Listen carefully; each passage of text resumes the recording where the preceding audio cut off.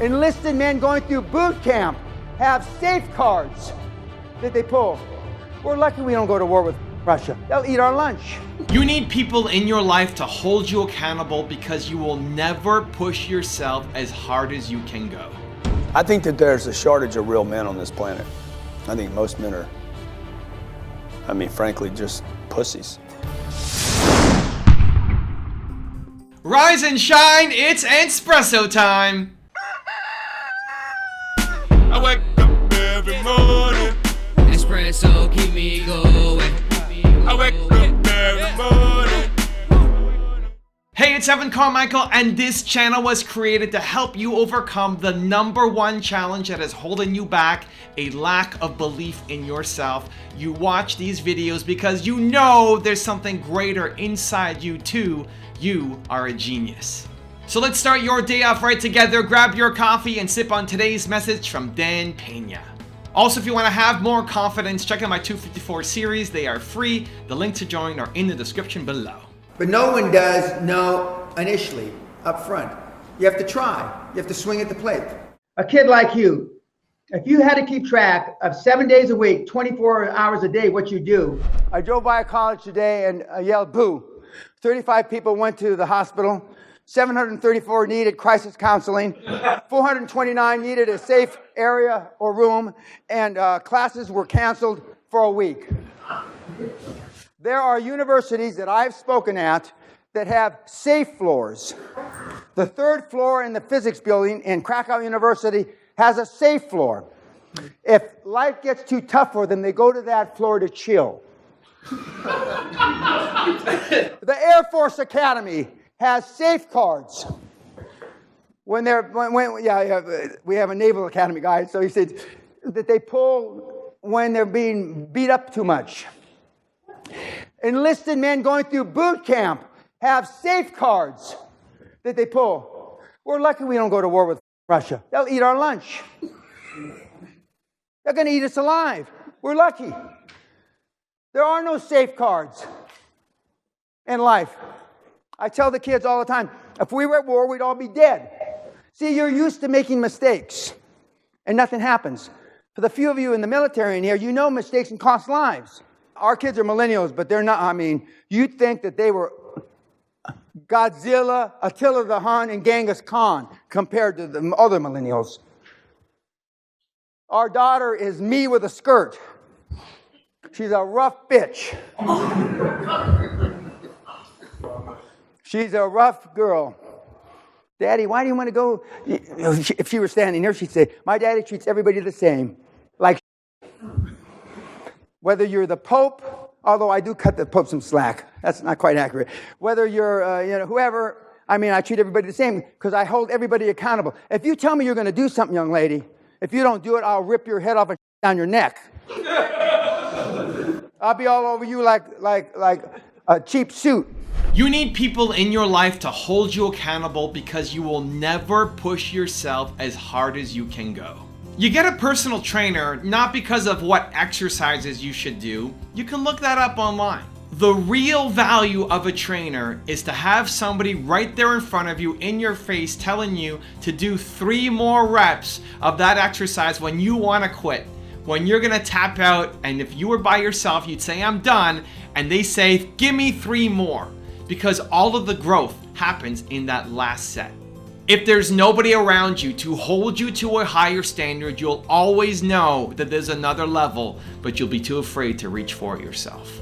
So let's use me as an example. I wanna solve the world's biggest problem. I don't think people believe in themselves enough. It's why I created this channel and all the other ones I have, and the books and the speaking and everything I do. I want to go out and do this impossible thing that's never gonna happen. I'm never gonna solve the world's biggest problem, and yet I wake up every day and I try to do it.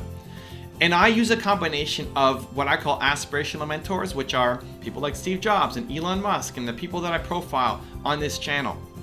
And then I also do it from people who challenge me one-on-one. If you watch my Entrepreneur Advice channel, I get pushed every week by my agent Steve, by psychologists in Australia, by people who are coaching me on how to get better. And they push me and they tell me I need to do more, and they tell me I'm being an idiot in these areas. And like, go, this is the homework. And the more uncomfortable I feel during that process, usually the better the advice is. If I think about the tour that I launched last year, and now the tour that I'm doing this year, it started as a free tour and became a paid tour when my agent Steve pushed me to do it. Like, you need to charge for this. And immediately my heart's booming. Boom, boom, boom, boom, boom. I'm scared. It means I have to do it. Having people around you who can push you to do the things that you need to do, who make you nervous, who make you scared, who see your blind spots, who cut through your BS, who tell you that's just fear talking, because we'll come up with really logical reasons why we can't do something. Or aspirational mentors who, when you see how they react to things, how they see things, how they understand the world, and then you look at what you're doing, it forces you to be pulled up. It forces you to take the next step up on the staircase. You need to do it because your environment's been perfectly designed to keep you where you are. Your friends, your family, all of it. It's keeping you exactly where you are. And the difference between where you are now and where you want to be and where you can be in a year, in 2 years, in 5 years, in 10 years is going to be the people you have around you and how much they're willing to push you, to believe in you, to tell you what you may not want to hear, but you need to hear to grow, to challenge yourself and get to the next level. So how do you do it? I'm going to give you a 3-step process for you to follow that I think will help. Step number 1 is what I call the Santa Claus rule. Think about what Santa Claus does, right? Santa Claus comes every year, sneaks down your chimney, knows the exact perfect present that you want. It's nicely gift wrapped. It's got the perfect wrapping paper, the perfect bow, the perfect card, everything. It's perfect, exactly what you need. The problem is a lot of the feedback that you need won't be perfectly gift wrapped for you. It's going to be messy. It's going to be ugly. It's going to sound nasty. If you're talking to Dan Pena, he's not going to sugarcoat things. If the only way that you can hear a message is if it's sugarcoated, if it's wrapped up beautifully for you, if it starts with, hey, I love you, I love all your work, you're my hero, you're the best, and I've got this one little tiny piece of feedback that I think you won't, hopefully you're not too offended if I give it to you, right? If that's the only way that you can receive feedback, you're never going to grow because most people won't talk to you like that. Meanwhile, there will be people who might be totally hating on you, who might say you're the worst human being alive. And look at some of the comments I get on my YouTube channel. It's mostly positive, but every now and then you get this crazy person, this hater, right? Who's yelling and screaming at the top of their lungs. But inside that message, there might be a gift.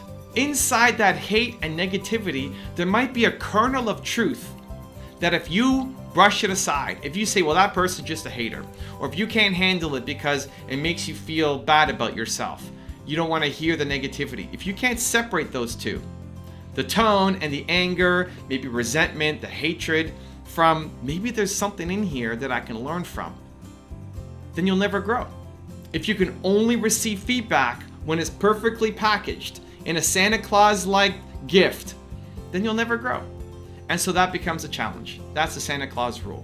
How can you learn to accept feedback, to grow, to get better, even when the information might be presented at you in a way that you don't like, appreciate, or respect? Number 2 is get aspirational mentors. I love surrounding myself with what I call aspirational mentors. These are people who I may never meet, right? It's a Steve Jobs, it's a Dan Pena, it's AP Giannini, who's behind me here, who's my favorite entrepreneur of all time, right? It's why I created these channels. It's why I do what I do, because I learned from Bill Gates. He saved my first company. He saved my business. I've never met him. I haven't met him yet. Hopefully I get the chance before he or I pass away to shake his hand and say thank you. He saved my company. He helped me build my business. And as a result of that, I create all this content for you guys as well. I love being around successful people, even if it's just in video format. I love having around me. Look at my office, look at my room, look at where I am. The videos that I'm making every single day, 3 to 4 videos across my multiple channels. Having aspirational mentors pull you up. They're pulling you up into a different zone that you're not used to. And if you ever have the choice between entertainment, between watching some TV show that is just escapism from a world you don't like, or educating yourself and learning from aspirational mentors who can lead you to a path that you do like, building a better life instead of escaping one that you hate, I think that becomes a path. So get some aspirational mentors. Anybody who's done what you want to do, or anybody who you admire who's had success in one field that you respect, learn from them, be around them. The more that you hang around them, even if virtually, the more they will pull you up to start thinking, behaving, and feeling like them. And number 3 is build your Batcave. I'm a big believer in actually creating an environment for success. So look at my office, right? This means something to me. People often ask, hey, Evan, can I get those posters that are on your wall? I want to put them up on mine. And I get Steve Jobs, but you don't know who AP Giannini is, and you want my parents on your wall at home, and Howard Schultz you probably don't know either, and you know Kanye. But you need to build your Batcave. This is my Batcave. I set this up once. This is why it's so beautiful to have an environment of excellence, that you set it up once. You set it up once. It took me one time of work to set up, and now every day I walk in and it inspires me. I walk into this office and it inspires me. I'm working here. This is my computer. This is my usual setup, and I got Steve Jobs staring me down.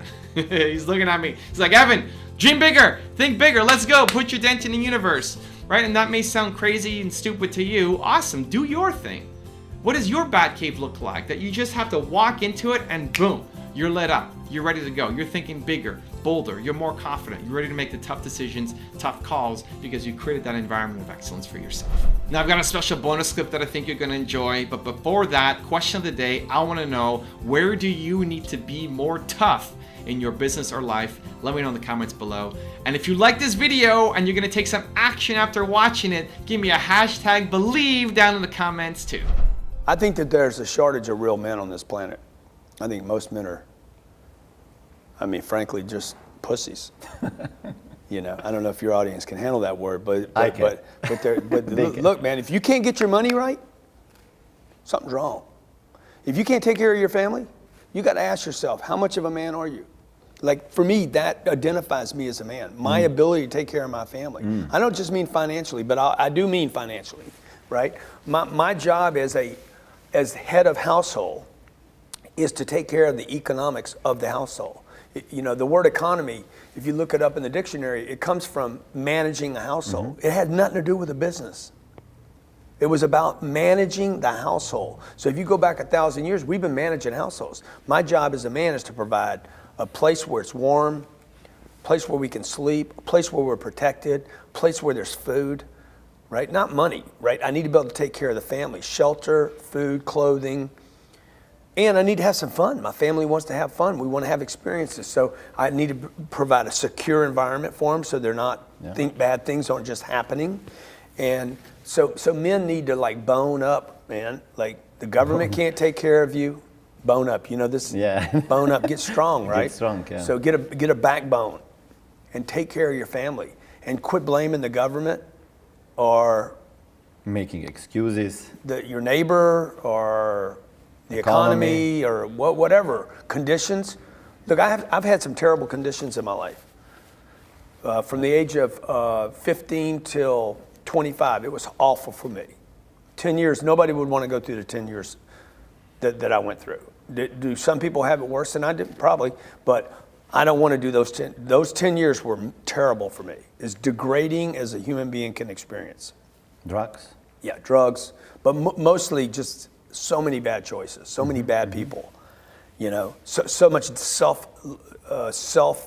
deprivation and just a lack of self-esteem and self-love for myself because of a lot of bad choices.